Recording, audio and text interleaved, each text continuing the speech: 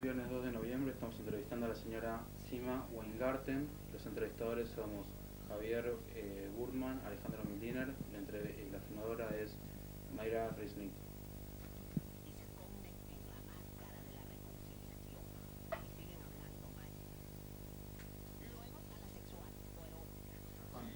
¿Podría presentarse?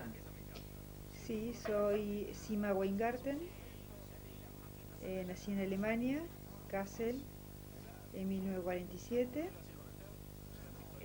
luego de la Segunda Guerra. Nací en un campo de refugiados liberados de los campos de concentración. Mis padres se casaron después de la guerra, nací yo allí. Y en 1948 vivimos en París, esperando que las organizaciones internacionales como el Joint de ayuda a judíos liberados nos dieran pasaporte. En 1948 vinimos hacia la Argentina, pero como sabe, judíos no podían entrar legalmente a la Argentina. El barco sale de Marsella, llega en 1948 a Brasil, Río de Janeiro. Allí fuimos trasladados por el Joint, que es una organización de ayuda a judíos, al Paraguay. Y desde el Paraguay, vía tren a Chaco, Formosa, y unos familiares allí nos vinieron a buscar, que vivían en Buenos Aires. Y bueno, llegamos a Buenos Aires, donde vivimos hasta ahora. ¿Usted nació en un campo de refugiados aliado? Sí, nací en un campo de refugiados en una zona de ocupación americana. Ajá. Y Tengo una carta, un documento de nacimiento sellado por la UNRWA, justamente, una organización de las Naciones Unidas. ¿Y sabe algo de cómo era eso? ¿Le contaron?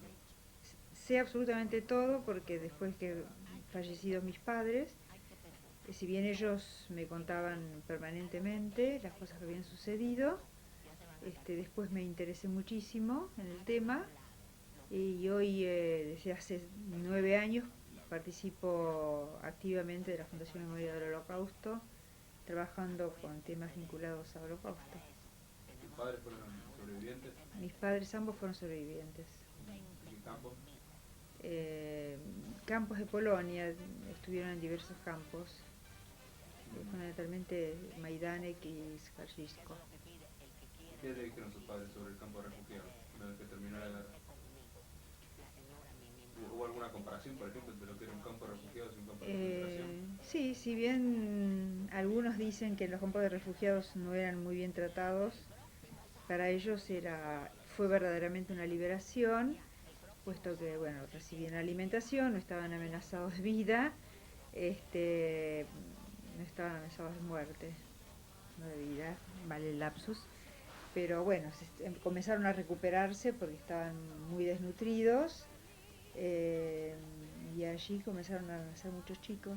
Mis padres se habían conocido en los campos, pero se casaron después de finalizada la guerra.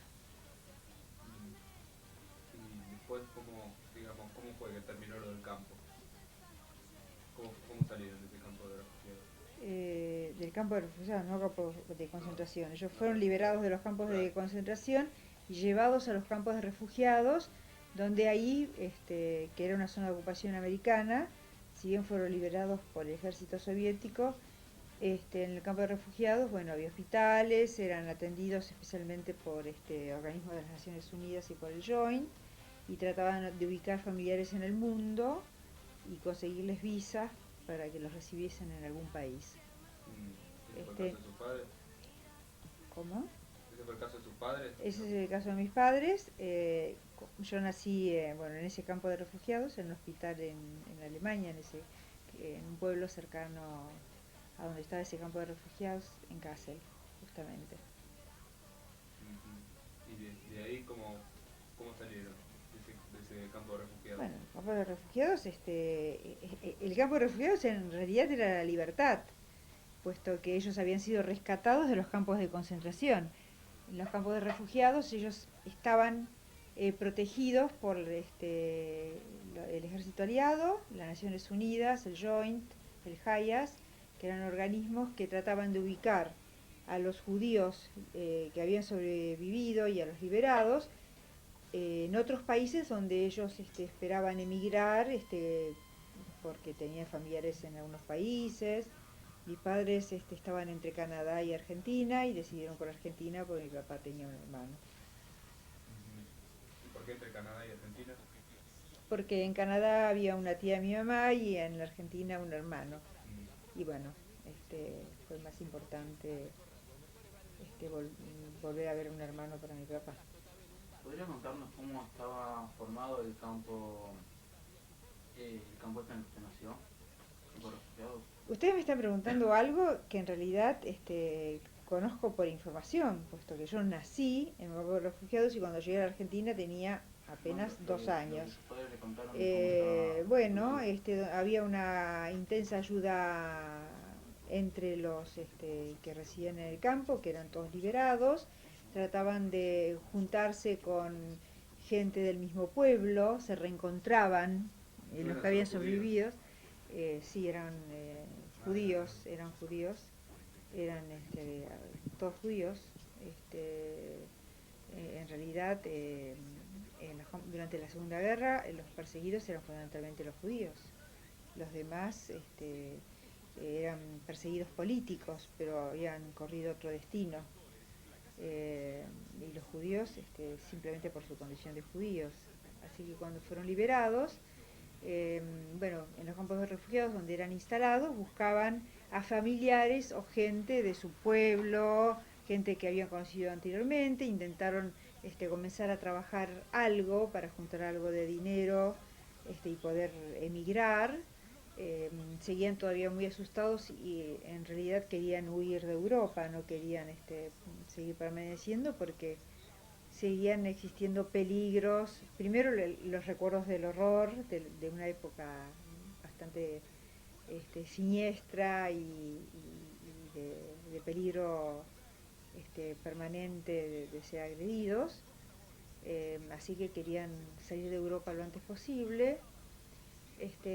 Eran alimentados, la gente joven, que es la que sobrevivió, porque la gente muy grande fue asesinada por los alemanes durante la guerra. Así que casi la mayoría de la gente que sobrevivió era gente entre 20, 40, 50 años, no más. No había gente mayor. Esto es lo que mis padres me contaban. De hecho, mi mamá tenía 20 años, 21 años y mi papá tenía 30 y tantos. Mi papá había perdido toda una familia. Bueno, ellos habían perdido toda su familia, así que estaban absolutamente solos. Y bueno, estaban intentando encontrar algún familiar. Mi mamá no se pudo reencontrar con ninguno de sus hermanos ni sus padres, que también eran jóvenes, porque los habían matado a todos. A mi papá le habían matado a su esposa y sus hijos, que había tenido antes de la guerra. Y bueno, ellos decidieron juntarse, casarse, y ahí nací yo. ¿Y cómo se comunicaron con sus familiares en América? Bueno, justamente había una organización que era el Joint o el Hayas que lograba el contacto. Y además, en la Argentina, recuerdo yo, que en los diarios judíos como el Jüdische Zeitung o Die Presse en español, yo lo leía en español, seguían saliendo hasta el 50 y tantos listas de familiares que buscaban familiares. Y durante varios años después de finalizada la guerra, seguía la búsqueda de familiares vivos. Y yo recuerdo, como mis padres no hablaban español ni leían español, que era yo la encargada de leer en las listas que salían permanentemente y semanalmente familiares que buscaban a sobrevivientes. Pero de cualquier manera, intentar encontrar sobrevivientes, familiares que habían salido de Europa antes de la guerra y que se habían ido a otros países, bueno, se supone que tenía cierta información de que por ahí en Canadá o en Inglaterra o en Argentina, como mi papá, tenían familiares, y el Joint, el Hayas, ponía en contacto a las familias y intentaban realizar este pasaporte. Yo tengo un pasaporte francés en realidad, este, que el joint ayudaba a conseguir para poder emigrar, porque aparte de emigrar no era salir de Alemania, tomarse un tren, llegar al puerto y venir a la Argentina, sino que era un pasar de país en país con trenes donde todavía había ejércitos de ocupación, y así que no era fácil y sin documentos trasladarse de un país al otro, ¿no? Había que pasar fronteras y me contaban que te pedían documentos y los documentos que te daban eran documentos todos provisorios, con muchas dificultades y mucho miedo además, hasta que ellos, bueno, de esa manera llegaron a París, ¿no? Vía terrestre. ¿El dinero para viajar? ¿Cómo lo conseguí? Bueno, en realidad empezaban a comerciar después de finalizar la guerra, desde sus qué sé yo, profesiones o los trabajos que conocían hacer, compraban, vendían o empezaban a rehacer su vida con los pocos elementos que tenían. De hecho, no les había quedado nada, porque eh, mi papá tenía una casa en Polonia que aún está, pero estaba ocupada por polacos y ellos además no querían huir de Polonia, ¿no? ¿Por Ellos tener miedo? casualmente, en realidad, el campo de refugiados al que fue asignado fueron a Alemania, pero eso no estaba determinado por ellos, sino por los campos de refugiados más cercanos que se instalaban por el ejército de ocupación, del ejército de liberación, ¿no? ¿Se pueden contar alguna anécdota de cómo era la vida antes de la guerra? ¿O cómo fue durante la Bueno, guerra? sí, la historia era un tanto idílica en cuanto a que había una vida judía muy intensa,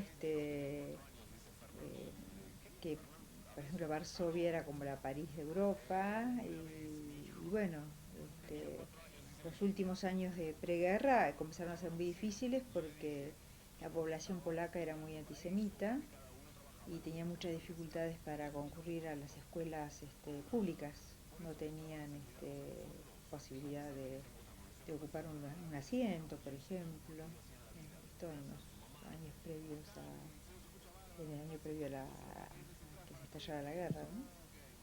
Sin embargo, decidieron quedarse en Europa. O sea, no previeron lo que Había iba a suceder. mucha gente sí pudo prever lo que iba a suceder y escapó, y en general la gente que tenía establecida casas y que no le iba mal tenían un mecanismo de defensa que era de negación de lo que iba a suceder. Además fue tan terrible lo que sucedió que era inimaginable. Quizá ellos pensaban de que iba a haber persecución, de que iba a haber limitaciones en la vida cotidiana, pero pienso que jamás imaginaron en matanzas, en campos de concentración. Y de hecho, inicialmente cuando los nazis ocuparon Polonia y llamaban a la gente a trabajar a los campos de concentración, ellos pensaron que si iban a trabajar iban a poder sobrevivir. Y de hecho no fue así, ¿no? No todos los que pudieron trabajar, que trabajaban en fábricas de municiones, ¿no? Durante la guerra, los obligaban a hacer balas y armamento. Eso no fue la condición para poder sobrevivir, porque de hecho si se enfermaban o si alguno no era bien visto era una cuestión muy arbitraria, porque era la persecución y la matanza por la matanza y la persecución misma, ¿no? Y una vez que terminó, una vez que se contactaron con ideas en América y decidieron ir a América, ¿cómo fue la salida y todo el recorrido, digamos, dentro de Europa hasta el puerto? Como les decía antes, fue un recorrido muy difícil y muy forzoso, puesto que era vía terrestre, como les decía antes, de atravesar fronteras sin documentación. Y bueno, había países que estaban más dispuestos a recibir judíos que otros, pero de hecho, en general no eran muy bien recibidos. Italia ayudó mucho a los judíos después de la guerra, por eso nacieron muchos chicos después de la guerra en Italia. Em, bueno, Francia, de hecho a mis padres, bueno, les permitió, porque tuvieron un amigo, ¿no? Que había emigrado al iniciar la guerra, apenas iniciado la guerra en el 38, se habían ido de Polonia, se habían ido a París a vivir, y cuando ellos, en todo este traslado para llegar finalmente a la Argentina, pudieron quedarse en la casa de él durante casi un año, esperando justamente que tener un pasaporte y poder subirse a un barco y llegar a América, porque el sueño era América, ¿no? ¿Y el barco a dónde lo llevó? El barco salió de Marsella y llegó a Río de Janeiro. ¿Alguna vez le dijeron cómo fue el viaje o alguna impresión de lo que fue ese viaje? Bueno, sí, algo muy característico era que venían muchos judíos, pero también venían muchos nazis. Así. Y la realidad es que los nazis podían llegar hasta la Argentina y los judíos no. Esto era lo más característico y lo que ellos recuerdan, ¿no? Aparte era toda una travesía con mucho miedo, entonces por ahí perdían muchas cosas por el camino. Recuerdo que mi papá comentaba que había ganado un poco de dinero en Europa y antes de subir al barco olvidó su bolso con todas sus pertenencias en el puerto, porque era tal la desesperación por salir de Europa que bueno, era secundario lo que podía tener en la mano, ¿no? El deseo máximo era escapar, ¿no? De eso. ¿Participaron sus padres de algún grupo de autodefensa, por así decirse, durante la Segunda Guerra? Eh, Cuando se habla de resistencia, no se puede hablar de una resistencia armada, ¿no? Tipo combatientes de Anilevich, que bueno, que eran grupos de jóvenes combatientes en los guetos, pero la resistencia era resistencia cultural, era sostener el idioma, ellos hablaban el yiddish, era poder, a pesar de los peligros, pensar en Shabbat y decir una oración. Y esa también es una forma muy importante de resistencia, que es la resistencia espiritual y cultural, ¿no? Pero si te referís a resistencia de otro tipo, no. Y usted nos va a decir que sus padres le contaron que muchos nazis también subían a los mismos barcos. Absolutamente, sí. Y pese a que sabían que los nazis venían para Argentina, ellos seguían con ganas de venir a la Argentina. Los nazis huían de Europa a donde podían, y de hecho muchos países los recibían mucho mejor que a los judíos. No, pero me refiero a sus padres, conociendo esta situación que tenían los nazis. Incluso No conocía, esto no era una cosa explícita de que los nazis venían solamente a la Argentina. Se sabía que los nazis escapaban de Europa y se iban a donde podían. Ellos también tuvieron la fantasía y siempre pensaron que Hitler no se había suicidado y que en algún lugar estaba viviendo. Pero bueno, esa es la idea que ellos tenían, y por ahí no tiene ningún asidero histórico, ¿no? Pero sí, la realidad es que ellos lo que querían era reencontrarse con familiares y salir de Europa. sus padres le contaron de algún incidente que haya habido durante el viaje. No hubo, no. Más bien los nazis tendían a mantenerse camuflados y escondidos, no se identificaban como tales, por supuesto, ¿no? ¿Cómo fue la llegada a Brasil? ¿Dónde se terminó el viaje?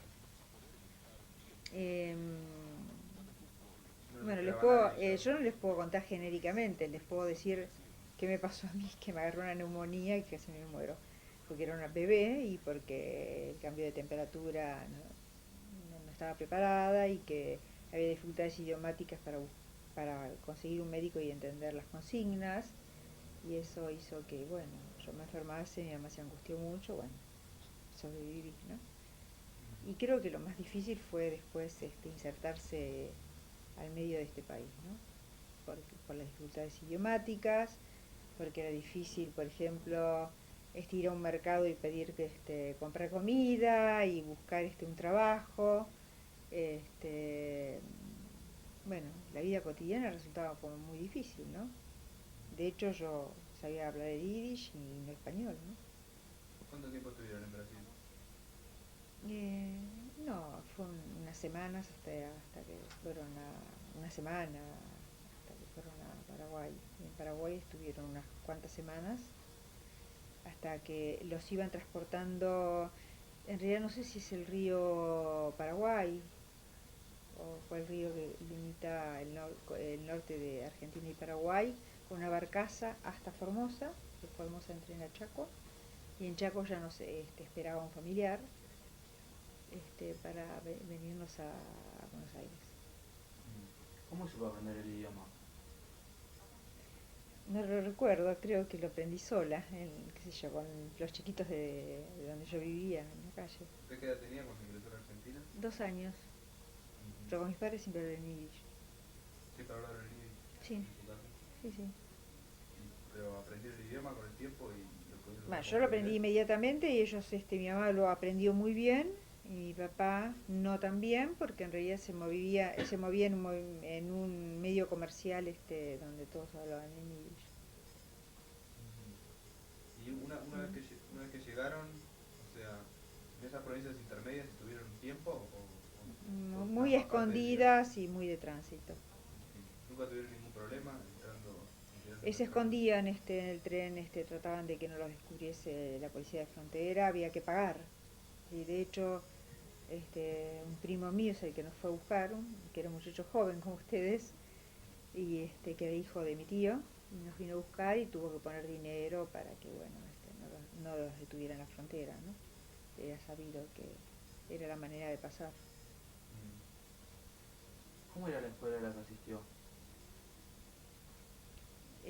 Asistí a una escuela pública y a una escuela judía unos primeros grados.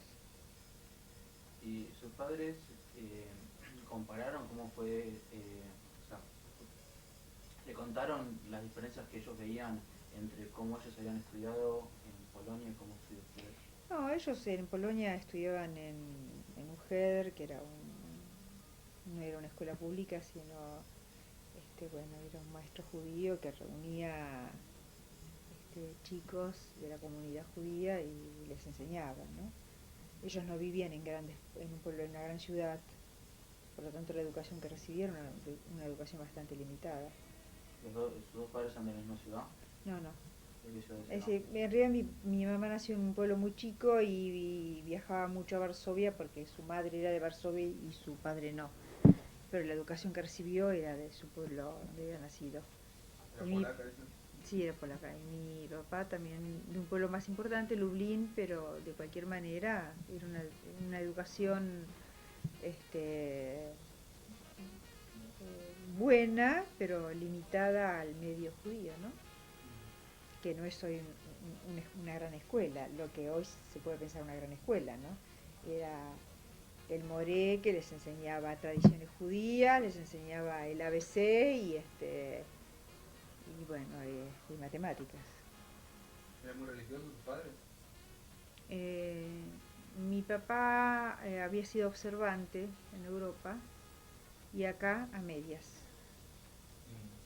De que usted diría que se perdió un poco la tradición religiosa de La Europa. tradición religiosa, sí, la tradición judía no, para nada. Se conservaba todas las tradiciones. Las tradiciones estaban siempre presentes. Pero no en el sentido de ir todos los viernes a una sinagoga, no. Ni se comía kasher tampoco. ¿Cómo le inculcaron a usted, una vez en el país, digamos, todo lo que era la religión judía? Yo creo que ustedes confunden religión con tradiciones y judaísmo con religión. La religión forma parte de las tradiciones y de la identidad judía. Yo siempre tuve muy clara lo que era significar la identidad judía y para mí también siempre fue claro que no era sinónimo de religión. Y no se olviden que la gente que estuvo en la guerra perdió bastante la fe, ¿no? Por lo menos la fe en el sentido religioso. Pero usted diría que su familia más bien seguía las tradiciones, apartándose un poco de lo que era la Sí, religión, no lo apartándose, presente. pero no siendo particularmente observantes, no eran particularmente observantes. Y sí lo eran de familias observantes en Europa. Pero acá, las condiciones económicas muy precarias inicialmente, y las dificultades para integrarse a un medio cultural y religioso, diría que ellos, las tradiciones, la religión quedó muy limitada al marco familiar y no participaban de agrupaciones judías así tipo clubes o sinagogas, más que para las grandes fiestas así importantes tipo Rosh Hashanah y Yom Kippur. ¿Cómo diría que se asentaron económicamente sus padres? ¿Que pudieron conseguir un trabajo? Bueno, mi papá empezó trabajando con su hermano acá, que tenía una fábrica de camperas de cuero. Él comenzó trabajando con él, después se independizó y le fue bien. Mi mamá no trabajaba y nosotros, bueno, yo tuve después una hermana que nació en Argentina, y las dos hemos recibido formación universitaria. Entonces, con su, digamos, después de la primaria, Después de la primaria hice una primaria en una escuela estatal y en una escuela judía, que era, iba a la mañana a la escuela estatal, a la tarde a la escuela judía. No recibí formación secundaria judía, mis padres estaban muy preocupados de que yo me integrase a un medio de una escuela pública y que supiera inglés, por ejemplo, ¿no? Y bueno, y después fuimos a la universidad. y durante esos años ya han recibido más educación judía. No recibimos educación judía formal, pero recibimos, nos transmitieron vivencias judías muy fuertes. Y de hecho se sostuvo y se sigue sosteniendo en mi casa, con mis hijos, y también mi hermana en el mismo sentido, ¿no? Y en esos años, ustedes en particular tenían algún vínculo con, no sé, organizaciones comunitarias o con la colectividad. No, yo participé de un movimiento juvenil desde los 16, 17 años, pero por propia decisión. No era mucho de mi agrado, del agrado de mis padres por ahí, ¿no? Pero yo participé durante muchos años de movimientos juveniles, de un movimiento juvenil. ¿Y cómo se vive su familia todo lo que fueron los años, o sea, políticamente los años que hicieron su llegada, con el peronismo, el golpe de Estado y particularmente? Mis padres rechazaban absolutamente la ideología peronista porque ellos consideraban que era el gobierno peronista el que no los dejó entrar, el que me obligaba de alguna manera a que me impartiesen religión en el colegio primario, y en la que ella tuvo que ir específicamente a pedir que yo era judía y que no quería que recibiese formación, lo que en ese momento era moral, ¿no? ¿Se sintió discriminada alguna vez? Sí, absolutamente, sí, totalmente. Cuando Cuando uno tiene que salir de un grado para no recibir religión y moral, ¿no? Ahora me acuerdo que se llama religión y moral, ¿no? Ni que hablar que el libro de la escuela primaria tenía la foto de Evita al final. Bueno, que ya de última eso era un hecho político que no importaba tanto, pero cuando vos te dicen, bueno, esta es la hora de religión, los que no quieren recibir esta clase, que era muy mal visto, porque a mi mamá la quisieron convencer de que eso iba a ser muy bueno para mí, es decir, que era yo y otra chiquita, salíamos de la clase, eso está discriminado. Y la otra discriminación que recuerdo muy bien y que realmente no la voy a olvidar jamás, era que no pude jurar la bandera. Además, no tenía documentos argentinos, no tenía partida de nacimiento, nada. Y como todos los que entramos ilegalmente a la Argentina no figurábamos en el archivo de la aduana, porque no habíamos entrado legalmente, no podíamos obtener ningún tipo de documento hasta que mis padres decidieron que, bueno, qué iban a hacer con esta historia, porque ni ellos aparecían como casados legalmente, ni nosotros con partida de nacimiento. Entonces recuerdo que mi mamá muy inteligentemente dijo, bueno, vamos a hacer que nos casamos ahora, nosotros teníamos, qué sé yo, 15 años, 12 años, y adoptamos estos chicos como si fueran nuestros. De hecho lo éramos, ¿no? Pero como que armaron un casamiento en un año que era muy posterior a la realidad, porque el certificado de casamiento de ellos estaba emitido en Alemania por un rabino y nada más. Y eso no tenía ninguna validez acá. Entonces, mi hermana y yo acompañamos a mis padres a casarse y en ese mismo acto nos incorporaron en la libreta de casamiento, que para nosotros y mi hermana, que es abogada, nos daba mucha risa, ¿no? Y así se legalizó la situación. Allí se legalizó la situación de ser hijos con padres casados. Y después, después de 21 años, había ya una ley que habilitaba lograr la libertad cívica. Mi hermana tenía menos problemas porque había nacido en Argentina, ¿no? Y más allá de lo que era todo ese contexto de discriminación en la escuela, por educación religiosa, ¿sintieron discriminación, digamos, más cercana, más directa de otras personas? En la escuela, en la escuela pública sentí bastante discriminación por algún compañero en particular. Recuerdo que la directora del colegio intentó salvar la situación, pidiendo a una compañerita que me había insultado que se disculpase públicamente. Y recuerdo que su papá, teníamos 7 años, yo empecé el colegio a los 5 años, teníamos 6 o 7 años. El padre pidió que la hija no se disculpe. Y la directora dijo que entonces la otra nena se pasase de turno. Una cosa así, ¿no? Porque se ¿De vaya reír de por ser colegio. judía? Sí, me había reído por ser judía. ¿Un caso particular o digamos, otros Bueno, casos a lo es que largo? no éramos nosotros judíos en todo el grado. No habíamos chicos judíos. ¿Pero sufrió alguna otra vez discriminación? No. No, que yo recuerdo.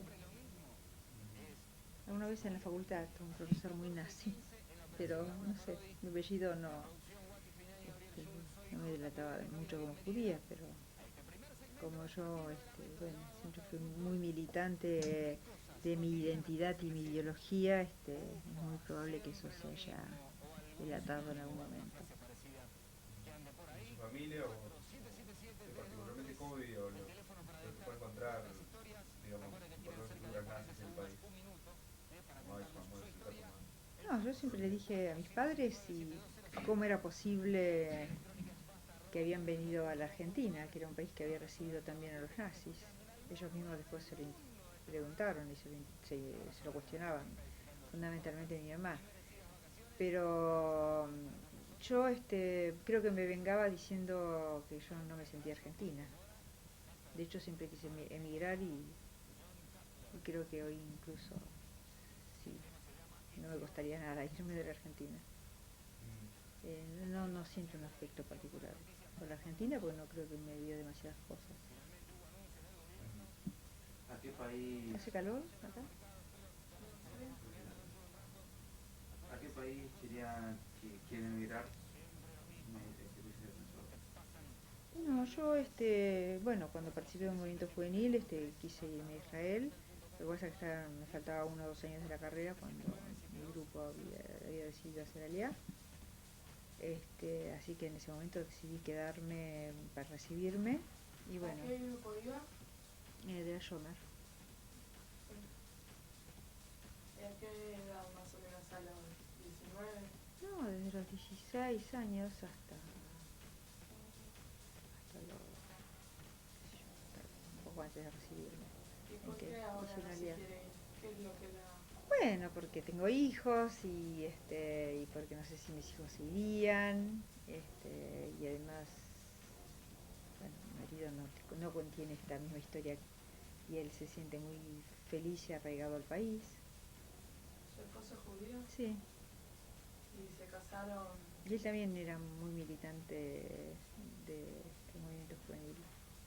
¿Cómo fue que empezó a militar en estas universidades judías y finalmente en la Universidad por la Memoria del Holocausto? Yo me acerqué a la temática del holocausto, de la Shoah, cuando primero murió mi papá y después murió mi mamá años después. Y ¿Qué año con murieron? mi mamá se murió hace 7 años, 8 años. Y en ese momento pensé que tenía que hacer algo con todo aquello que no quise escuchar de mi mamá. Y entonces empecé a buscar si había alguna organización que se ocupara de conservar la memoria y de hacer algo con ese tema. Y ahí me acerqué y bueno, hice muchas cosas con la institución. Tengo una participación muy activa. Dirijo una revista, y todo el área de cultura de la institución participo de ella. Entonces se siente, digamos, cercana afectivamente a todo lo que fue el holocausto por la violencia de sus padres. Siente que le Sí, afecta personalmente más allá de lo que se absolutamente. sabe. Creo que mi vida está atravesada y marcada por el tema de la Shoah, absolutamente. Es decir, nadie que ha tenido padres que atravesaron situaciones así de traumáticas puede decir que está fuera del tema.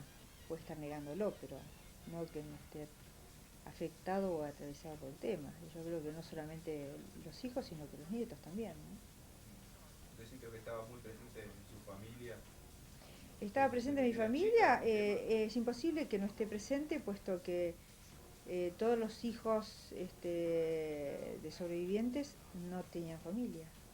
Es decir, yo no tenía tíos, no tenía primos, es decir, no tenía abuelos. Y todos mis amigos tenían abuelos, tíos, primos. Entonces, cuando tenía que hacer un cumpleaños o una fiesta, contaba solamente con algún amigo o una amiga, y nada más, pero no contaba con familia.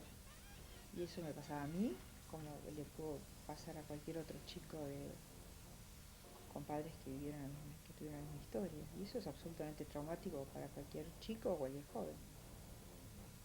¿Usted estudió en la universidad? Yo soy psicóloga, ¿Y su hermana? es abogada. Y, digamos, ¿tiene alguna teoría o alguna idea de por qué decidió seguir eso? Digamos, que lo puede relacionar con lo que fue su historia y la de sus padres. No, yo creo que a mí me importaba mucho estudiar algo que tenía que ver con estar cerca del hombre, ¿no? Del ser humano. Creo que primero pensé en medicina, y después la carrera de psicología en ese momento, hacía muy poco que se había abierto, y me pareció que eran maneras de estudiar al ser humano, de ayudarlo, y sí, creo que tenía que ver con historia. Y también por parte de mi hermana, el de ser abogada, me parece que también, ¿no? Porque el derecho también uno intenta reivindicar las injusticias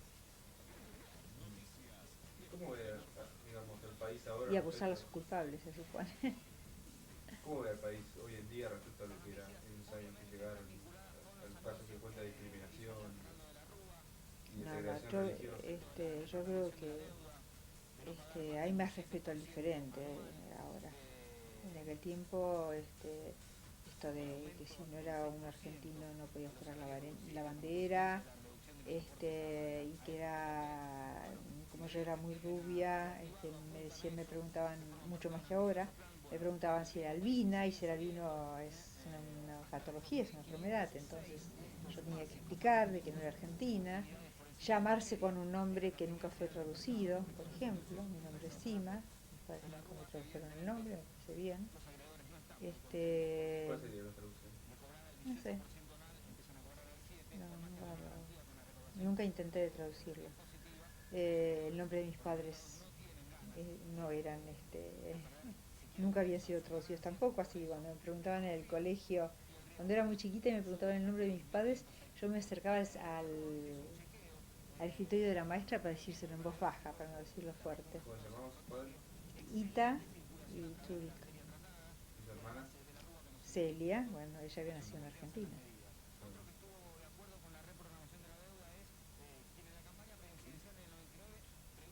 Bueno, ¿le gustaría hacer alguna valoración de lo que fue su vida en la Argentina? En general, no sé, No, si creo quiere que una de las relacionarlo con lo que cosas, fue. una de las dos cosas más importantes que me parece que vinculados a mi vida y que yo valoro absolutamente es, en primer lugar, poder hacer algo en relación a la memoria, ¿no? Y en segundo lugar, poder transmitir a mis hijos, haber transmitido a mis hijos el sentido de lo que fue la Shoah y la importancia de sostener los valores de cada grupo familiar y de las tradiciones propias de cada hogar, ¿no? El respeto por las diferencias. Justamente es patológico creerse que uno tiene que ser igual al otro, o, o compartir los valores de un grupo más allá de lo que uno siente que es importante y que es bueno, ¿no? Pero te dijo que sentía que la Argentina no le había dado nada, que tiene alguna especie de valoración negativa Sí, del yo país. tengo... No me había dado nada más porque no me dio protección cuando entré a Argentina. Sí, lo fui logrando, lo fui ganando en ese sentido. Creo que sí, que mis hijos recibieron muchas más cosas. Uno fue a la ORT, por ejemplo. Les pude dar educación judía, cosa que yo no pude recibir una educación judía formal porque mis padres en ese momento por ahí no lo podían pagar, o estaban demasiado confundidos como para sentir que era eso muy importante, porque alguien que se cría en un hogar donde el idioma habitual es el yiddish, entonces se valora lo que no se sabe, que era el inglés, el español.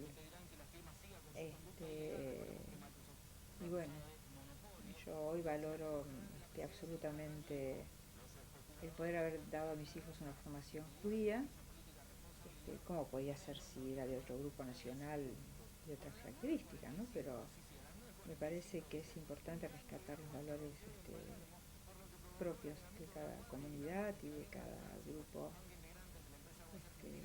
étnico, racial, del que sea, ¿no? Y eso, bueno, creo que lo que yo padecí me permitió, por lo menos tengo la satisfacción de saber que aprendí de lo que me pasó, ¿no? Y haber sacado una lección positiva y no haber repetido historias, ¿no? ¿Y usted cree que actualmente en Argentina sigue habiendo mucha discriminación?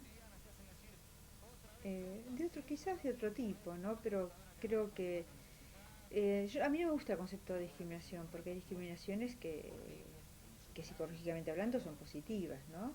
Cuando yo digo que alguien tiene que entrar a un baño de mujeres y otro a un baño de hombres, estoy haciendo una discriminación, una diferencia que es positiva para el psiquismo del ser humano. Me gusta hablar de racismo, de xenofobia, no de discriminación. Y yo creo que el racismo, la xenofobia, creo que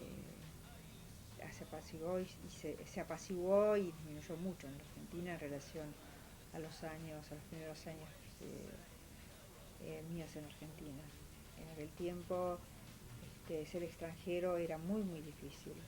Hoy me parece que en ese sentido, bueno, yo no sé lo que puede ser para un serbio hoy en Argentina, pero me da la sensación de que hay como una actitud más piadosa, ¿no? Hacia el ser humano, por lo menos en Argentina. Bueno, No sé qué otras cosas, bueno, y de hecho los felicito por realizar esta tarea que me parece que es rescatar un aspecto del ser humano que lo atraviesa a lo largo de toda su vida, ¿no? no, nosotros agradecemos a usted toda la información. Bueno. Muy interesante.